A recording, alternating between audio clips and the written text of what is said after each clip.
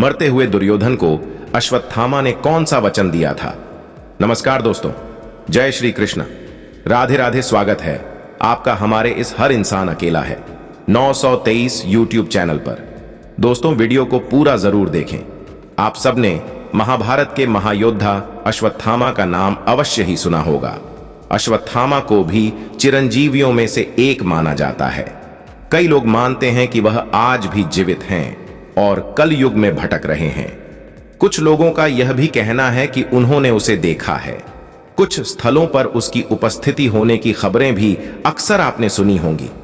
क्या सच में अश्वत्थामा का अस्तित्व आज भी है? अश्वत्थामा के बारे में जितना आपने सुन रखा होगा वह उससे कहीं अधिक शक्तिशाली थे। आइए अश्वत्थामा के जीवन से जुड़े एक रहस्य को विस्तार से जानते हैं। द्रोणाचार्य ने भगवान शिव को अपनी तपस्या से प्रसन्न करके अश्वत्थामा नामक पुत्र को प्राप्त किया था। इनकी माता का नाम कृपि था, जो कृपाचार्य जी की बहन थी।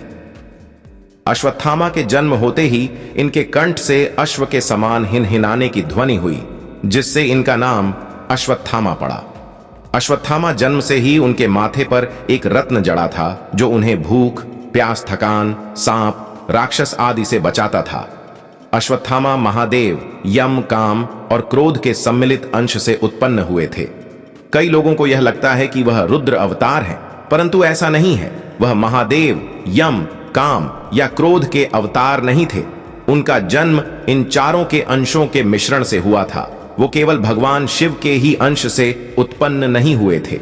भगवान शिव ने भगवान विष्णु जी के जैसे कभी कोई अवतार नहीं लिए। भगवान शिव के अंश से 11 रुद्र, काल भैरव, वीरभद्र आदि की उत्पत्ति हुई थी। अश्वत्थामा ने अपनी आरंभिक शिक्षा अपने पिता गुरु द्रोणाचार्य जी से ही ली थी।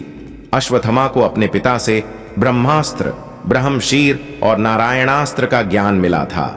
इसके साथ उसके पास वरुण अस्त्र और आग्नेयास्त्र भी था। इनके अतिरिक्त गुरु द्रोण ने अपनी सभी विद्याओं का ज्ञान भी उसे दिया था और लगभग सभी अस्त्र शस्त्र जो गुरु द्रोण के पास थे वह अश्वत्थामा के पास भी थे। गुरु द्रोण से उसे एक दिव्य धनुष भी प्राप्त हुआ था। कौरव पक्ष के अंतिम सेनापति अश्वत्थामा ही बने थे। हालांकि वह पांडव पक्ष के विरोधी नहीं थे, पर जब उन्होंने दुर्योधन के अंतिम युद्ध के बाद उनकी वह बुरी हालत देखी थी, तब उनके क्रोध की कोई सीमा ही न रह गई थी और उसके बाद उनके हाथों बहुत विनाश हुआ था। उन्होंने बुरी हालत देखकर प्रतिज्ञा लिए कि बाकी बचे हुए सभी पांडव पक्ष के योद्धाओं को मार डालेंगे और वहां से निकल पड़े। जब वो पांडवों को मारने के लिए निकला तो पांडव पक्ष के शिविर द्वार पर एक विशालकाय अद्भुत प्राणी उनके सामने आकार खड़ा हो गया। वह वास्तव में भगवान शिव ही थे, परंतु अश्वत्थामा उन्हें पहचान न सके और अपने सारे अस्त्र शस्त्र उन पर चला दिए। परंतु उस महाभूत ने अश्वत्थामा के छोड़े हुए सारे बाणों, अस्त्र शस्त्रों को अपना ग्रास बना लिया। तब विचलित होकर भगवान शिव की ही स्तुति करने लगे। भगवान शिव वहां प्रकट हुए। भगवान शिव ने अपने स्वरूप भूत उसके शरीर में प्रवेश किया और उसे एक उत्तम खड्ग प्रदान किया। भगवान का आवेश हो जाने पर अश्वत्थामा पुनः अत्यंत तेज से प्रज्वलित हो उठा। वहां उसने धृष्टद्युम्न, शिखंडी, द्रौपदी के पुत्रों और कई अन्य लोगों का वध कर दिया था। अंत में जब वह और पांडव आमने सामने थे तो उन्होंने ब्रह्मशीर चला दिया। अर्जुन ने भी उसके उत्तर में अपना ब्रह्मशीर चलाया, पर तभी वेद व्यास जी नारद के साथ आकर उन दोनों महान अस्त्रों की बीच में आकर खड़े हो गए और उन्होंने अर्जुन और अश्वत्थामा से अपने अपने अस्त्र वापस लेने को कहा। अर्जुन ने तो अपना अस्त्र वापस ले लिया, परंतु अश्वत्थामा ऐसा करने में सक्षम न थे। उन्होंने और भी बड़ा अपराध कर दिया।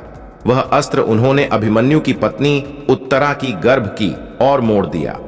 यह एक निंदनीय, अशोभनीय और आपराधिक कार्य था, जिसने अश्वत्थामा के सारे अच्छे कार्यों को धूमिल कर दिया। तब भगवान श्री कृष्ण ने अभिमन्यु के पुत्र को जीवित कर दिया था और अश्वत्थामा के इस कार्य को सबसे बड़ा अधर्म माना था और अश्वत्थामा के उस रत्नमणि को भी निकलवा दिया था। और इसके साथ ही भगवान श्री कृष्ण ने उन्हें श्राप भी दिया था कि वह 3000 वर्षों तक रिश्ते हुए घावों के साथ पृथ्वी पर एकांत में जीवन व्यतीत करोगे और वह वहां से वन की ओर प्रस्थान कर गए थे। यह माना जाता है कि अश्वत्थामा कलयुग में भी जीवित है, लेकिन उनके बारे में कोई प्रमाणित जानकारी या तथ्य नहीं है कि वह कलयुग में किस किस से मिले हैं। कुछ लोक कथाएं और आज के समय में उपदेशकों के कथन के अनुसार अश्वत्थामा ने कुछ महान योगियों और संतों से मिलने का प्रयास किया है, लेकिन यह सभी कथाएं अधिकतर आधारहीन और अविश्वसनीय हैं। महाभारत के अनुसार अश्वत्थामा को भगवान श्री कृष्ण से 3000 वर्षों तक भटकने का श्राप मिला था। अश्वत्थामा का अंतिम बार उल्लेख उनका काम्यक वन में व्यास जी के आश्रम में होने का किया गया है। बाकी उन पर कई किस्से कहानियां और लोक कथाएं प्रचलित हैं कि उन्हें विभिन्न स्थानों पर देखा गया है, पर हम उस बात की पुष्टि नहीं करते क्योंकि हमें कोई प्रमाण नहीं मिला है। तो दोस्तों, वीडियो आपको कैसी लगी कृपया कमेंट बॉक्स में हमें जरूर बताएं, और दोस्तों ऐसे ही और भी वीडियो को देखने के लिए कृपया हमारे इस चैनल को सब्सक्राइब जरूर करें और कमेंट बॉक्स में सच्ची श्रद्धा से जरूर लिखें।